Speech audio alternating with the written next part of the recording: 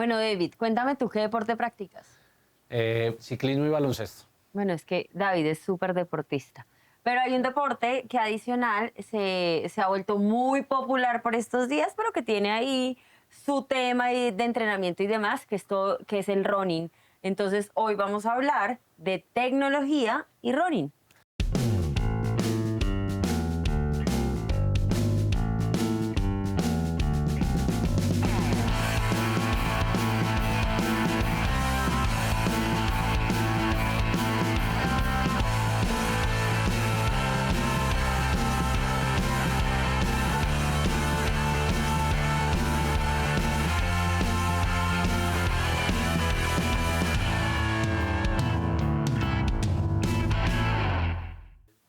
Por eso está hoy con nosotros Martín Aldaz, un bogotano que este año corrió 7 maratones.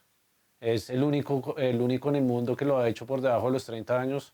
Pues un súper invitado, Lore, que además es amante de la tecnología. Bienvenido, Martín, ¿cómo has estado?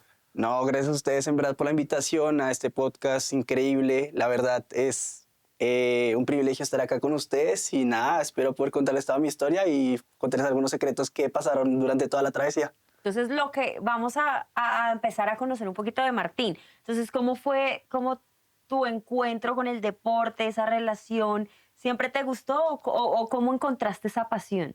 Yo creo, Lore, que se podría decir que esta pasión por el running y por el deporte fue más a una temprana edad, a los 13 años en realidad, con mi papá que me invitó a una carrera de UNICEF, una carrera benéfica, fueron unos 10K.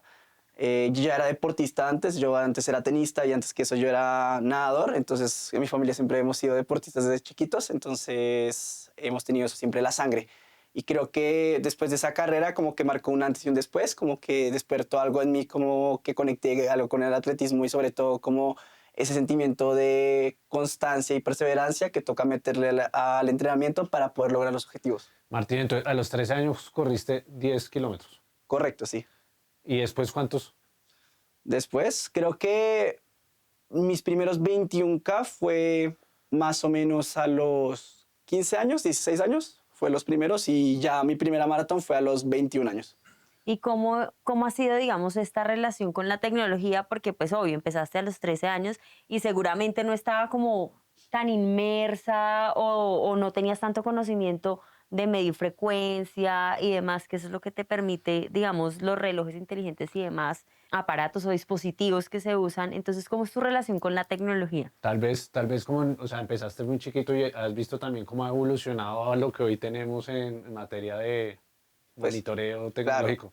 no, totalmente de acuerdo. O sea, creo que el running con todo este boom que ha tenido, pues al mismo tiempo las marcas le han metido más a la innovación y sobre todo la tecnología. Por ejemplo, los relojes ya no es lo que eran antes, no sé, que solamente medían el ritmo y el tiempo que uno se tardaba, sino que ahora ya te miden la frecuencia cardíaca, el tiempo que duermes, cuánto te recuperas, te calculan como cuál es tu nivel según, no sé, diferentes métricas que pues mide el mismo reloj o el mismo celular como que te da los entrenamientos o te permite que tu entrenador, aunque no esté, no sé, físicamente contigo, te pueda mandar todo para que tú puedas entender y hacer el entrenamiento específicamente como él quiere.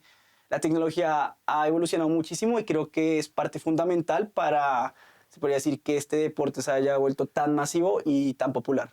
Igual no hablamos solo de tecnología en esos dispositivos, sino en los En tenis, todo, o sea, en la ropa, o sea, digamos que aplica para muchas todo, la cosas. La indumentaria y comida. todo, ¿no? De acuerdo, no todo. O sea, creo que todos los aspectos han sido mejorados en cierto aspecto por la tecnología y lo que tú decías, creo que una de las cosas que más se ha mejorado ha sido pues las zapatillas o los tenis o los zapatos, porque últimamente, si ustedes ven, cada marca tiene 20.000 zapatos para cada cosita que se puede hacer en el running.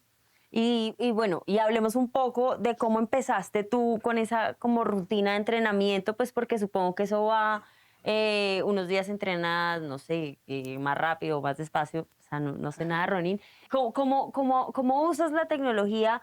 Pues antes que no tenías un entrenador, entonces ¿cómo hacías ese entrenamiento, esa rutina de entrenamiento y ahora cómo la incorporas en tu vida Yo creo diaria? que, o sea, más que no tener entrenador o si tener entrenador, ha sido como, se podría decir que, se puede decir que es un journey progresivo, en el sentido que sea de menos a más, obviamente llega un punto donde pues ya era necesario un entrenador, sobre todo cuando yo empecé a correr, pues no era como que tan conocido el deporte y uno como que no era tan fácil encontrarse un entrenador de running, pero hoy en día si es que yo pudiera recomendarles, lo mejor es que si es que le quieren meter, se podría decir que caña al deporte o meterle pasión al deporte es comenzar desde cero con un entrenador porque pues él se educó en eso, él sabe todas las cosas y es el experto en el tema, entonces te puede guiar mucho mejor que una persona, no sé, o que te autoenseñes o Por una seas, aplicación. claro, o por una, incluso una aplicación.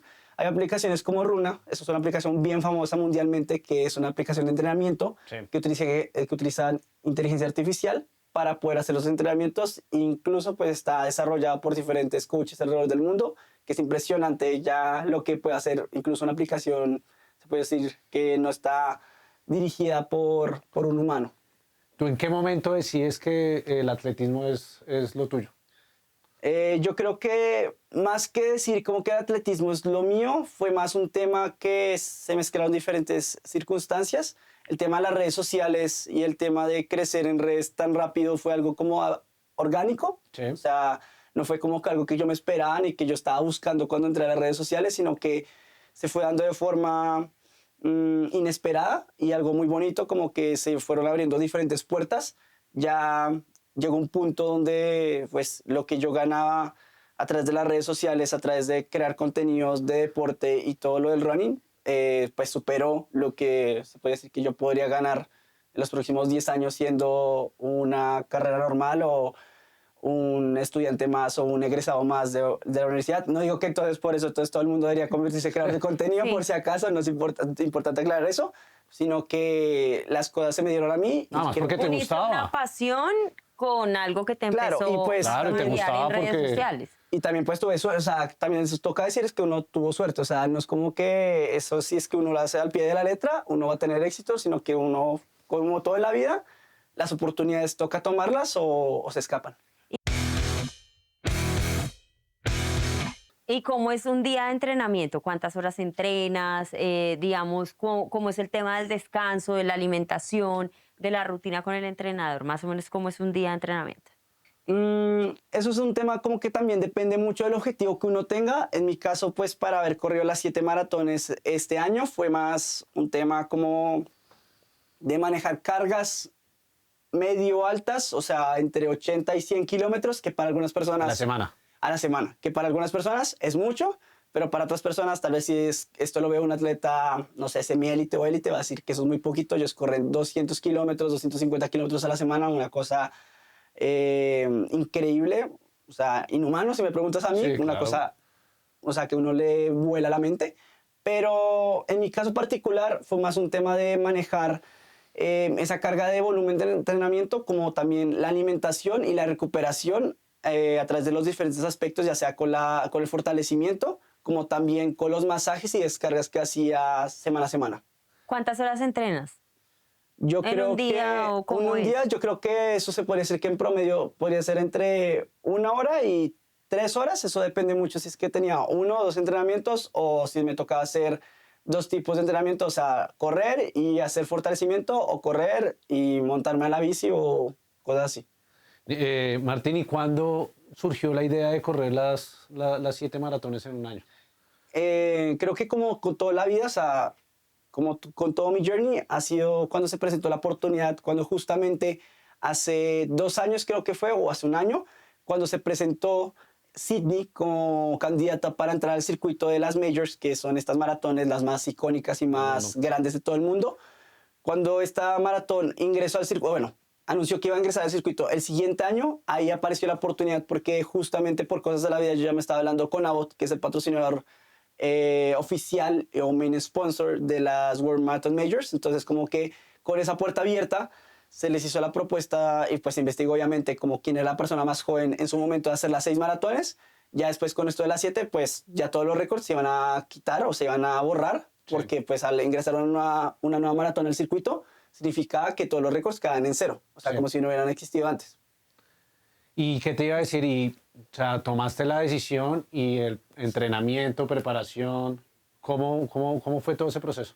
Se podría decir que el entrenamiento fue por partes en el sentido de que antes de que fueran las 7 maratones iban a ser las 6 maratones, porque incluso con las 6 maratones yo iba a ser el más joven a hacer las 6 maratones dentro de un año, y ya desde 2023 estaba, se puede decir que probando si es que podía manejar esa carga de tantas competencias tan seguido, porque si tú le preguntas a alguien que si es normal correr 7 maratones o 6 maratones en un año, eso no es normal, no es como que... Máximo dos. Máximo 2, máximo 1, y incluso como que si tú le preguntas a un entrenador te va a decir que lo que yo hice es una cosa que, o sea, lo hace una persona en 1.000.000, o sea, es verdad, es muy raro, y sobre todo hacerlo sin lesiones, eso también es importante Sí, decirlo. eso también es importante. Durante todo este año yo estaba muy pendiente de que no estuviera nada mal, tanto internamente como externamente, y que pues nada se rompiera hasta el final del reto, y así fue.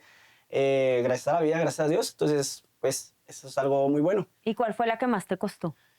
Creo que la maratón más difícil en este reto en particular, por condiciones climáticas, fue la maratón de Berlín. Eso, y irónicamente, la gente que sabe de estas maratones te va a decir que esta es la maratón más fácil de todas porque es la más plana, pero el clima hizo que corriéramos a 30 grados de sensación térmica. Entonces, una cosa es una locura para hacer sobre todo Berlín en esa época que se supone que corre uno a 10 a 12 grados En de otoño. temperatura. Sí, claro. O sea, en otoño, una cosa loca. Martín, y una pregunta, volviendo al tema de la tecnología, entonces, ¿cuáles son tus infaltables de dispositivos tecnológicos para tu profesión? Yo creo que como tecnológicos como tal, yo creo que os diría que pues está el reloj, Sí. pues donde se hace el tracking de todo lo que pues pasa en el cuerpo y como que puedo ver las métricas en vivo y en directo. También el celular por el lado de la creación de contenido y al mismo tiempo para también pues tener toda esa data y poder verla ya y interactuar con la data. Y creo que también muy importante, tal vez un aparato que tal vez no es tan conocido, que se llama un Stride, que es un potenciómetro, si no estoy mal el nombre se llama así, Sí. que mide la potencia como la bicicleta que mide los watts. Sí. Es lo mismo para, pues, para correr, se puede decir. ¿Y qué tanto usas esa data, por ejemplo, para evaluar qué es fortalecer, en dónde? O sea, eso te va marcando. Claro, eso Sí, va si no estoy mal, tú como cuando estudiaste- bajaste el ritmo y demás. ¿Tú has hecho cursos en análisis de datos o no? Sí, o sea, yo tengo cursos en Para análisis de las datos, pero es diferente porque, claro, o sea, una cosa es, pues, se puede decir que saber de bases de datos y analítica de datos, y otra cosa ya, pues, saberse la teoría, porque también uno tiene que saber mucho sobre el tema de fisiológicamente y Sí. como todo el tema de entrenamiento, pues, ahí está la pregunta que tú me estás diciendo. No es tanto lo que yo miraba, sino que esos datos, pues, gracias a la tecnología, se pueden enviar directamente para que mi entrenador los viera y analizara y hiciera los cambios pertinentes para poder mejorar el entrenamiento. Porque Ok. es que además tu entrenador o tu equipo, el que tú perteneces, no está acá en Colombia, sino está fuera del país. Claro, entonces no es como que yo le pudiera decir como un día, no, pues te muestro acá mi celular o te muestro mi hojita donde anoté todos los datos para que la puedas ver, sino que me toca sí o sí tener algún medio de comunicación con él, pues a través del internet. Están muy conectados. No, y además es que para los corredores el tema del reloj es fundamental. O sea, Indispensable. Creo que para casi cualquier deportista hoy en día, si tú le preguntas que si prefiere un Garmin o un Apple Watch, que usualmente es la combinación en redes sociales, creo que te van a decir toda la vida un Garmin. Bueno, Sí pero es. no nos vamos a casar con marcas. Sí, sin marcas así. Intentamos no Está bien, mencionarlas, entonces, no es reloj por deportivo. molestar. Reloj Relojes deportivo. deportivos. Pero bueno, Martín, ¿qué recomendaciones hay para una persona que quiere empezar a correr? Pues porque no es como tan sencillo de ponerse los tenis y arrancar, sino que hay que tener como en cuenta algunas cosas. Entonces, pues cuéntanos desde tu experiencia. En papel, o sea, técnicamente solamente es unas zapatillas y salir a correr a la calle, o sea, así es de accesible el deporte. Pero una cosa es hacerlo de manera responsable Sí. y otra cosa es hacerlo de manera espontánea, se podría decir.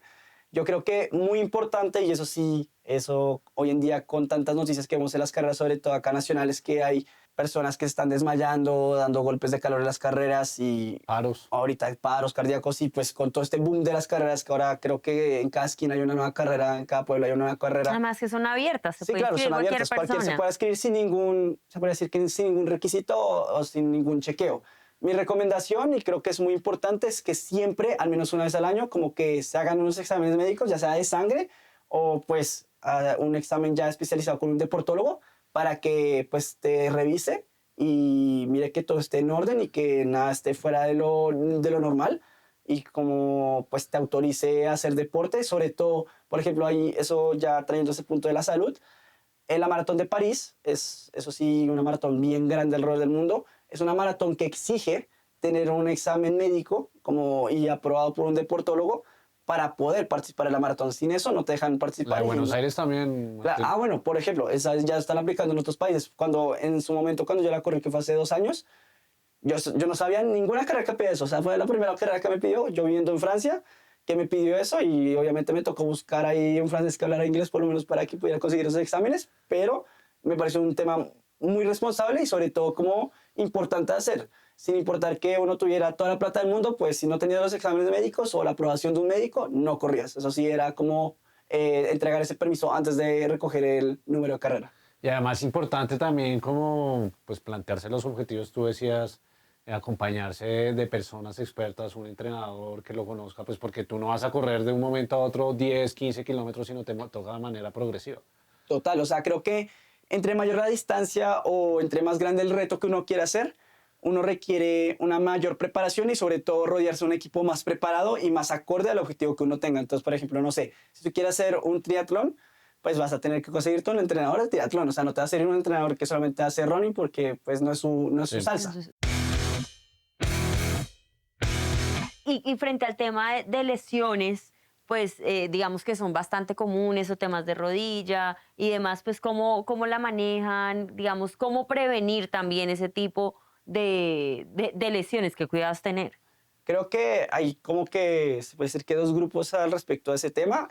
Se puede decir que los médicos y las personas que como que solamente aprendieron una forma de ver las cosas y tienen la cabeza bloqueada, van a decir, o tal vez incluso las personas que no corren, que van a decir que correr daña las rodillas. Eso es un mito. Sí, es un mito. Eso es un mito que pues es muy popular y mucha gente lo cree hasta la muerte y se pelea con la gente en internet porque dicen que eso es una falta de respeto que la gente corra.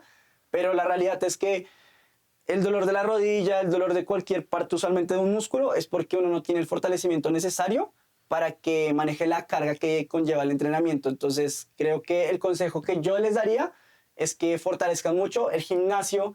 No se descarta si es que uno está corriendo o uno está haciendo un deporte que no sea pues, ir al gym, sino que es un complemento súper importante. Eso te iba a decir, o sea, cómo fortalecen, digamos, esos músculos, porque hay personas que se dedican pues a correr Y ya está. y no ven pesas, no ven nada. Entonces, ¿cómo es eso? ¿Cómo Y complementarlo? yo creo que sumarle importante es la alimentación, ¿no?